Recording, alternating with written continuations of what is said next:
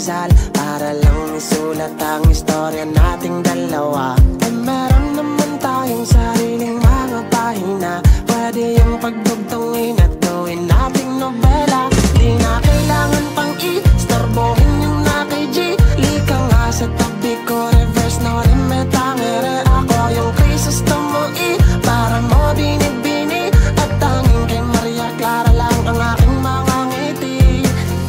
Totoong mistisa hanap-hanap ko, di mo ba kilala ang iyong Crisostomo? La akong pake sa chinitang mistisa, ang gusto ko'y tulad mo na dalagang Pilipina. Baka pwede ka na maging Mrs. Ibarra, tayo mismo gagawa ng panibago nating nobela.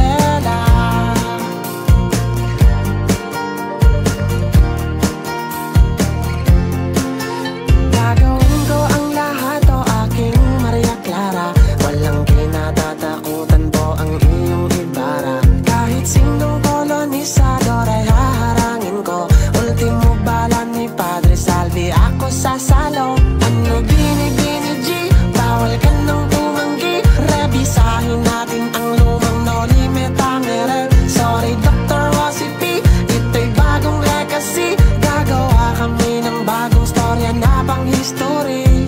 Di totoong mistisa hanap-hanap ko, di mo ba kilala ang iyong Crisostomo? Da akong pake sa chinitang mistisa, ang gusto ko'y tulad mo na dalagang Pilipina. Baka pwede ka na maging Mrs. Ibarra, tayo mismo gagawa ng panibago nating nobela.